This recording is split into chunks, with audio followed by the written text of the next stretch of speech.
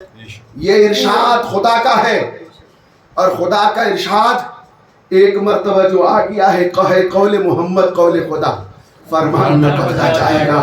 بدلے گا زمانہ لاکھ مگر قرآن نہ بدلا جائے گا۔ میرے عزیز دوستو، اللہ رب العزت ارشاد فرماتا ہے کل نفس ذائقۃ الموت، ہر نفس کو موت کا مزہ چکھنا ہے، ایک نہ ایک دن سب کو جانا ہے دنیا چھوڑ کر کے،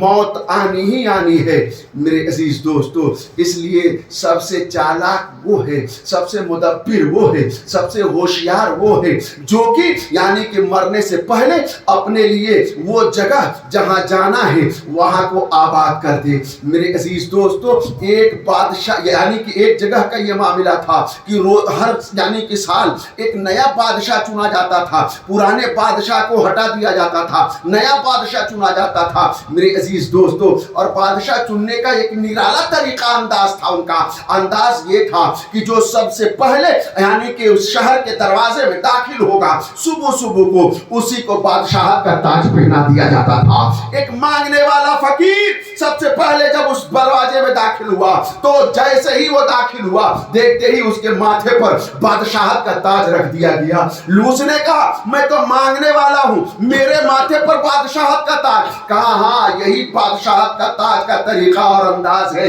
کہ جو سب سے پہلے اس دروازے سے داخل ہوتا ہے۔ جب پرانے بادشاہ کو ہٹا دیا جاتا ہے تو نئے بادشاہ کا انتخاب اسی طریقے سے کیا جاتا ہے۔ کہا میں مانگنے والا ہوں، میں فقیر ہوں، لیکن پھر اس کے بعد اس نے بات مان لی اور وہاں پر بیٹھا تو سب سے پہلے اس نے سوچا آخر معاملہ کیا ہے، اتنا آسانی سے یہ بادشاہت کیوں مل رہی ہے؟ جب پوچھا حالات کی پچھلوں کا حالات کیا ہے، پچھلے بادشاہ کہاں گئے تو بتایا گیا ان کو فلاں جگہ لے جا کر کے چھوڑ دیا جاتا ہے جہاں پر نہ کھانے کا انتظام ہے نہ پانی کا انتظام ہے، وہاں پر جانور ہیں اور ان کو چیر پھاڑ دیتے ہیں، اس طریقے سے اس کو موت کے حوالے کر دیا جاتا ہے۔ پوچھا اور پوچھنے کے بعد اس نے کہا ٹھیک ہے، اتنا ہوشیار کہ اس نے اسی روز حکم دے دیا ایک کام کرو، وہاں کے جنگلات کاٹ دیے جائیں، وہاں کے جانور بھگا دیے جائیں، وہاں پر ایک بہت بہترین محل بنا دیا جائے، وہاں پر ہر طرف نوکروں کو کھڑا کر دیا جائے، وہاں کی آرائش کر دی جائے، وہاں لائٹ کا انتظام کر دیا جائے، سارے انتظامات وہاں کے کر دیے۔